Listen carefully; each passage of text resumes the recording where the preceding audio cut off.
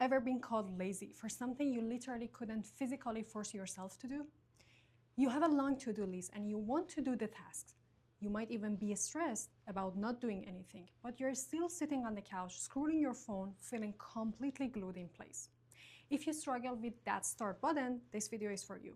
Today we are ending the myth that you are lazy and we are talking about the science of the ADHD freeze.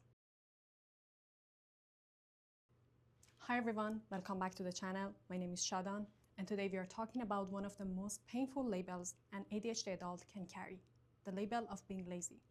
When we are growing up or even in the adulthood workplaces, we are often told that if we are not doing something, it's because we don't want to. But for the ADHD brain, the reality is often the exact opposite. You want to get the work done, you want to clean the house, you want to send that email, the desire is there, the action is missing. We are not talking about motivation today. We are talking about executive dysfunction. Think of executive function as the manager of your brain. It handles planning, prioritizing, initiating tasks, and emotional regulation.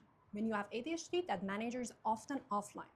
It's not a lack of willpower, it's neurological traffic jam. Your brain is trying to send a signal to start, but the transmission is disconnected. So you're not choosing not to do the task, your brain is having trouble shifting gears. This is where the laziness label becomes so destructive. Laziness implies you have the ability to act, but you choose not to because you don't care. But this is not the ADHD experience.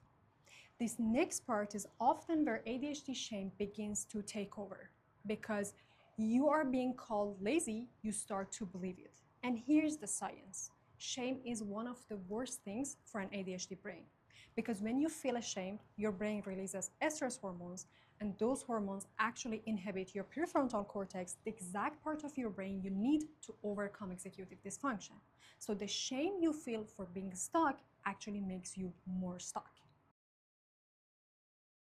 So how do we get moving? First, we have to talk about friction. An ADHD brain often perceives even small tasks as massive, insurmountable mountains. And the secret isn't trying harder. It's making the task so small that your brain doesn't see it as a threat.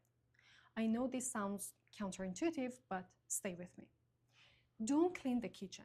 That's a mountain. Instead, just put one fork in the dishwasher. That's it.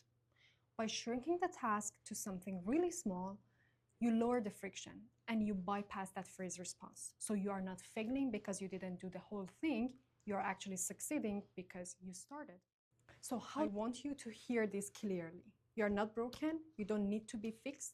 You just have a unique operating system that needs different instructions than the ones everyone else was given. If you've spent your whole life blaming yourself for your brain chemistry, it's time to stop. This is the piece most people miss when trying to get organized or get the treatment.